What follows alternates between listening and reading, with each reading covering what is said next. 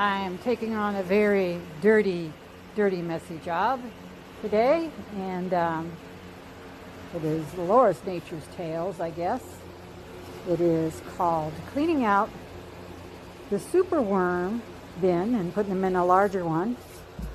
And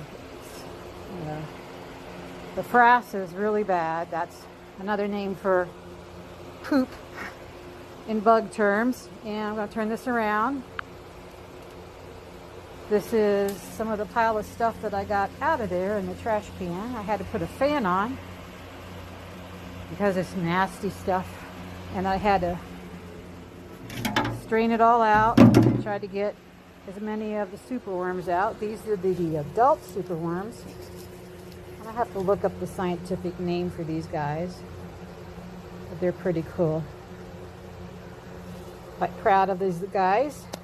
Started with just a few, and these are what was in there. These guys tend to bite a little bit, so I'm not going to get them too upset because they will turn and give you a little bite. The superworms, they're more ideal to use as a feeder source for the animals than actually mealworms, because as you can see, they're thicker, beefier, and it's healthier for reptiles and fish, and as well as our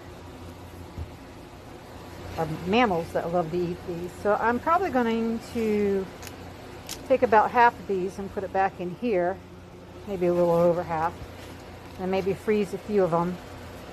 They don't do well with cold temperatures, so they'll freeze up quite quickly, and then we could have some frozen foods for our mammals. But unfortunately, our turtles have to have them wiggling, so I don't want to get rid of this whole population.